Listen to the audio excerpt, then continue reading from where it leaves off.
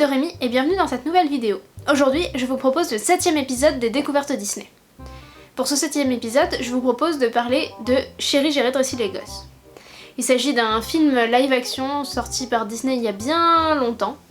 Et comme d'habitude, je vais vous proposer mon avis avant de le voir, ce que j'en pensais, quelles étaient mes attentes, etc. Mon avis après l'avoir vu. Je vais vous le pitcher rapidement. Et ensuite, j'essaierai de vous sortir quelques anecdotes. Il y a 2-3 trucs à dire sur ce film qui sont pas forcément évidents quand on fait que regarder le film. C'est parti! Avant de voir le film, je savais que c'était un film vraiment culte. Je pensais qu'il avait eu une seule suite, en fait vous verrez plus tard il y en a eu plus d'une, mais je pensais qu'il avait eu une suite, donc on peut retrouver également sur Disney+, comme ce film d'ailleurs, moi je l'ai regardé sur Disney+. La suite c'est Chérie j'ai agrandi le bébé, donc je savais déjà que non seulement il avait été culte, que beaucoup de gens l'avaient vu quand il était sorti, qu'il existait encore, enfin dans le sens où les gens en parlent encore, et qu'il avait eu au moins une suite, donc je savais que c'était quelque chose entre guillemets de grand, c'était un gros phénomène. Je savais que s'agissait d'une comédie, et du coup je m'attendais à un truc amusant, potentiellement assez daté, et surtout avec des effets spéciaux pas forcément ouf et très datés quoi. Et du coup j'étais dans plutôt de bonnes conditions, c'est-à-dire que je m'attendais à ce que ça me plaise, je m'attendais à passer un bon moment, mais je m'attendais pas non plus au film du siècle. Après l'avoir vu, je confirme à peu près tout ce que j'ai dit.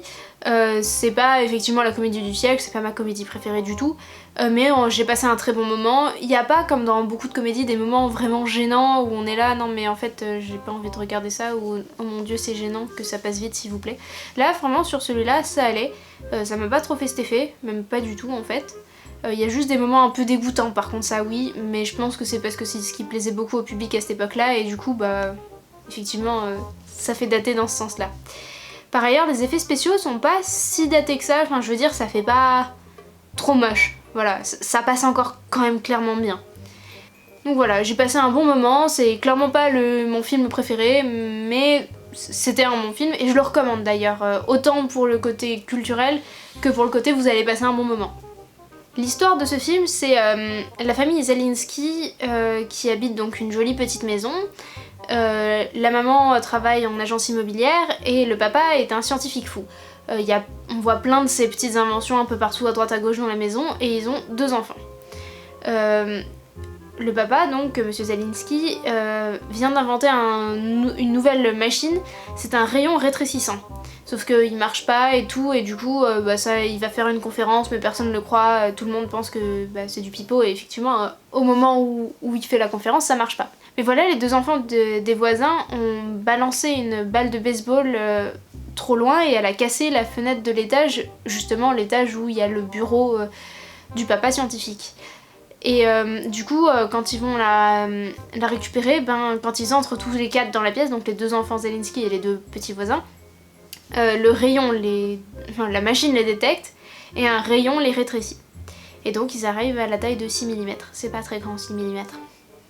S'ensuit toute une partie justement pour eux, pour faire comprendre à leurs parents qu'ils n'ont pas fugué ni rien et qu'ils sont juste petits. Donc le temps que les parents réalisent et le temps que le papa répare la machine aussi, c'est cool, c'est mieux. Parce que pour le père, on rappelle, à la base elle marchait pas la machine, c'est parce qu'il y a eu la balle de baseball qui a tapé un certain truc que ça a marché.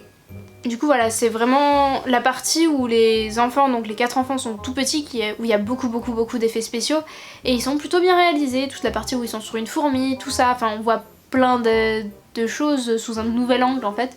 Et c'est assez sympa, je pense que c'est vraiment très adapté aux enfants notamment, mais même en tant qu'adulte on passe un bon moment, on rigole, enfin c'est pas le film du siècle encore une fois, hein, mais c'est un bon moment. Le film est sorti en 1989 aux États-Unis, en février 90 en France, et il a eu tout de suite énormément de succès.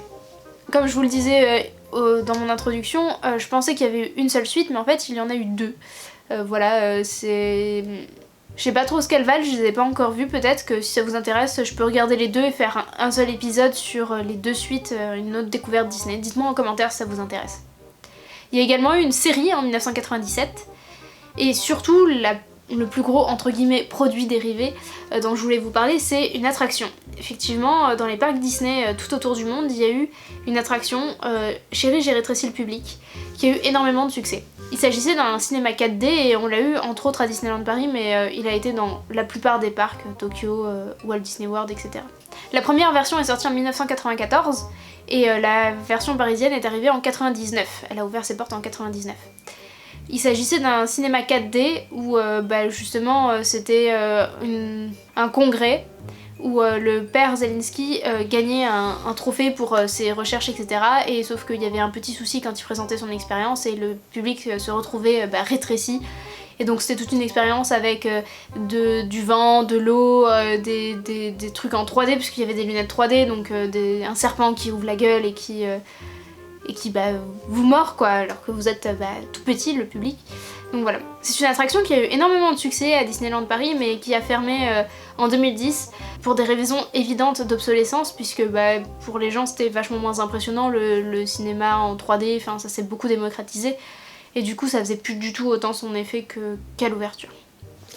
Par ailleurs en 2020 Disney a fait une annonce, ils annoncent une suite reboot de Chérie j'ai rétréci les gosses et en fait il s'agit d'un film qui se passe avec le fils Zelensky, donc il sera joué par Josh Gad a priori, donc vous l'avez déjà vu, c'est un acteur qui travaille beaucoup pour Disney en ce moment, vous l'avez vu notamment dans Le Fou, dans La Belle et la Bête. Et il faut savoir que l'acteur qui jouait le scientifique, le père scientifique dans le premier, et aussi dans les suites, et aussi dans l'attraction, il revient pour jouer son rôle dans cette suite reboot. Donc c'est une suite dans le sens où chronologiquement ça se passe après, et reboot parce que ça va raconter globalement la même histoire.